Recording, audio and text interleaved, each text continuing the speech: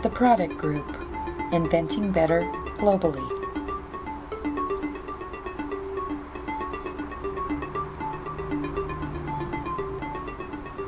Planet Friendly. Stops refrigerant loss.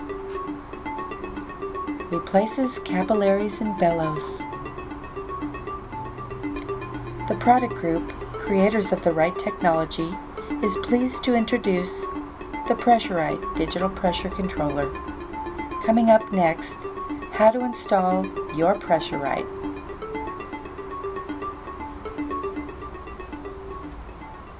Today we're here at a neighborhood grocery retail store to show you how, in a mechanical refrigeration room, you can change your typical mechanical low pressure, high pressure switch, oil lubricating switch, to, as you can see here on the left, you'll rid yourself of the old mechanical screwdriver adjustments and give yourself the new handheld digital setup tool for the PressuRITE digital controller.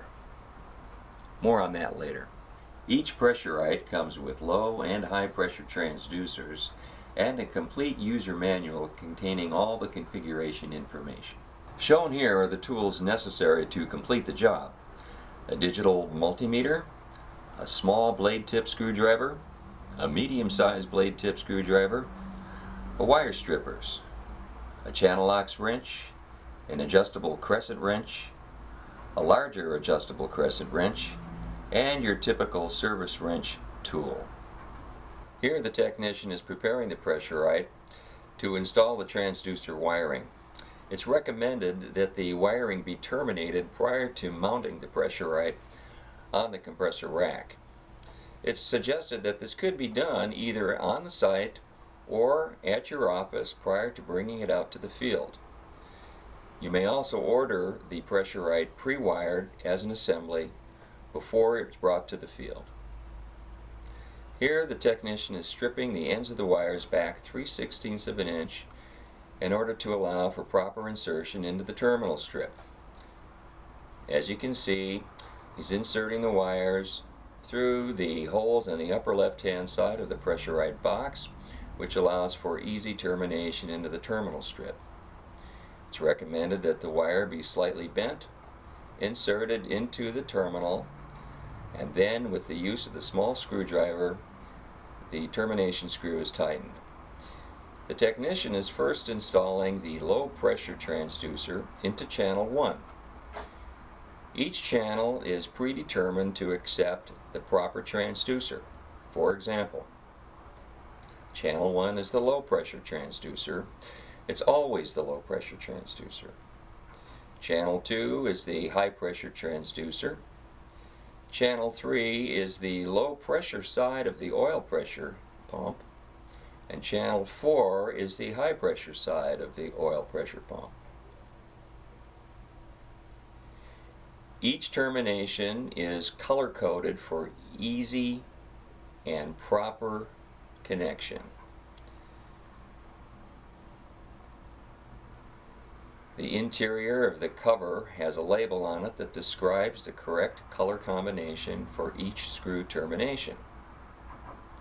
And it's the same for each channel. For example, green, yellow, and orange are always the order that the wires are terminated through for each channel. Here he's completed low pressure channel 1. Consider the colors: green, yellow, orange, in screws 1, 2, and 3 for low pressure channel 1. Here the technician again is preparing to install a transducer. This will be the second transducer as he inserts the wires through the side hole again. This transducer is for the oil pump discharge. Again, he's preparing the wires by making a slight bend in the end of them to insert them into the corresponding screws. In this case, the discharge of the oil pump, or the high side of the oil pump, goes into the 4th channel. So green, yellow, orange will go into screws 10, 11, and 12 as shown on the interior installation label. In each case, while installing the wires for termination, it's critical to ensure that the wire strands are fully inserted into the terminal strip. After completing the wiring termination for this transducer, it's best to straighten the wiring out as it comes out of the hole in the side of the housing. This allows for more room prior to installing the third transducer.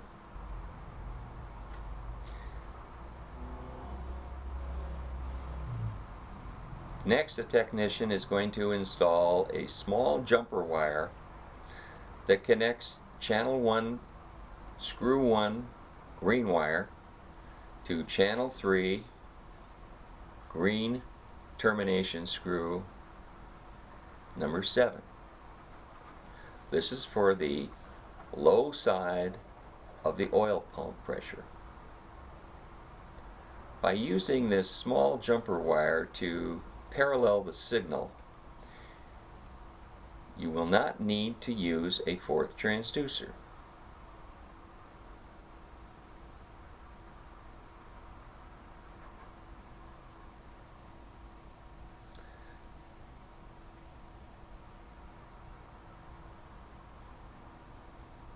Finally, the technician is going to install the channel 2 high pressure transducer wiring into screws 4, 5, and 6, green, yellow, and orange.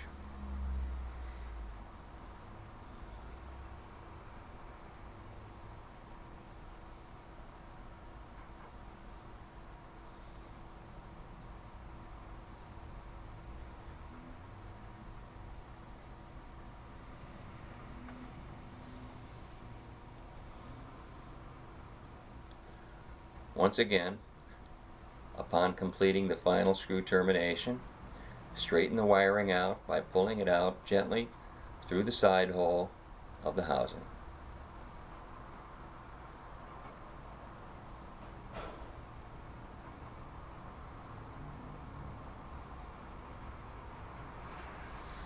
Now all transducer wire terminations are complete. Here the technician is now at the mechanical compressor rack and is at the control panel for the particular compressor in question. He's turned the power off through the control switch and the service breaker and is now ensuring that the voltage has been disconnected and that that high voltage is in fact no longer present prior to installing the new PressuRITE digital controller.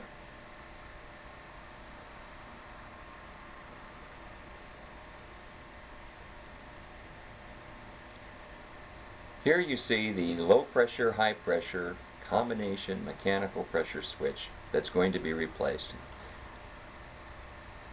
Technician uses the medium-sized screwdriver to remove the cover, checks the mounting arrangement, and since he's already checked the voltage to ensure it's been disconnected, he now removes the 2 voltage wires that the pressure switch is connected to.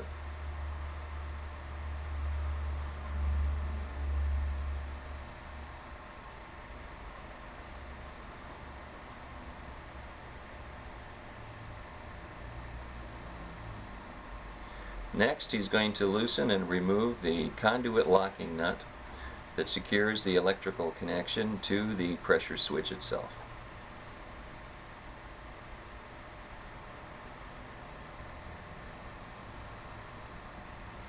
As you can see, the technician has now taken the screwdriver to remove the 2 1032 type screws that mount the pressure switch to the bracket by removing them from the back.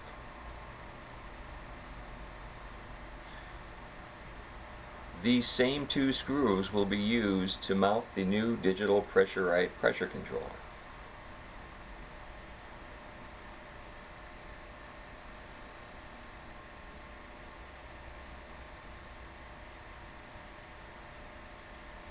Now he readies the pressure switch for complete removal by draping the capillary tubes over the bracket for the next step. Now he moves to the oil lubricating pressure control, removes the cover,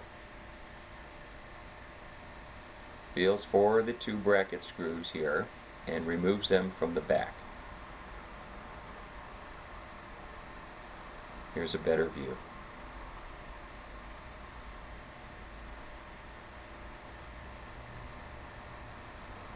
Once again, the pressure switch is removed from the bracket and draped forward in preparation for the removal of the pressure capillaries.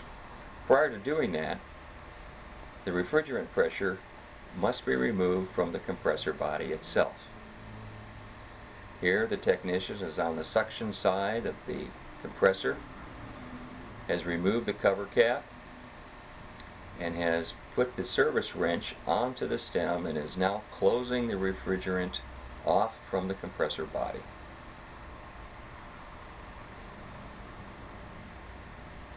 This is done by driving the access valve compressor stem in all the way until it seats soundly.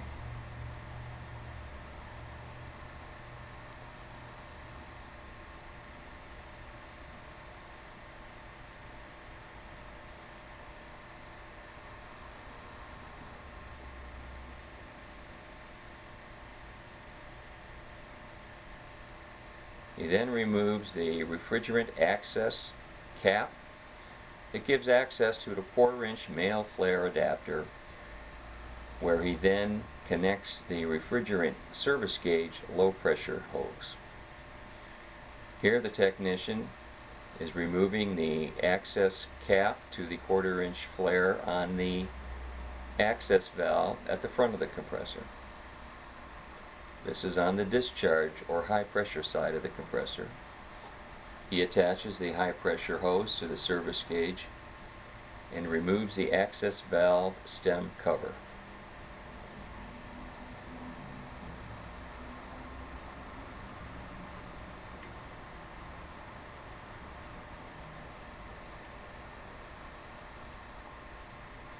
Again, the technician uses the service wrench, applying force to it to drive the stem clockwise up into the access valve to seat it soundly and secure the refrigerant from coming into the compressor body. He has removed the refrigerant from the compressor body, as you can see evidenced by the 0 reading on the service gauges. Now it's time to remove the capillary sensing tubes connected to the low pressure, high pressure, and oil pressure devices. He's used a backup wrench on the adjustable crescent wrench to remove the 1/4-inch flare cap from the discharge or high pressure capillary tube on the head of the compressor. He's doing the same on the discharge outlet from the oil pump on the compressor body.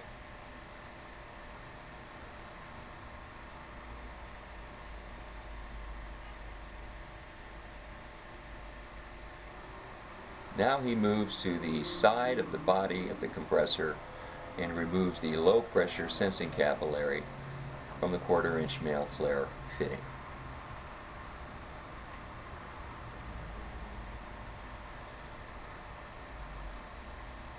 Here is the final disconnection of the capillary tube for the oil pressure low side connection on the compressor head.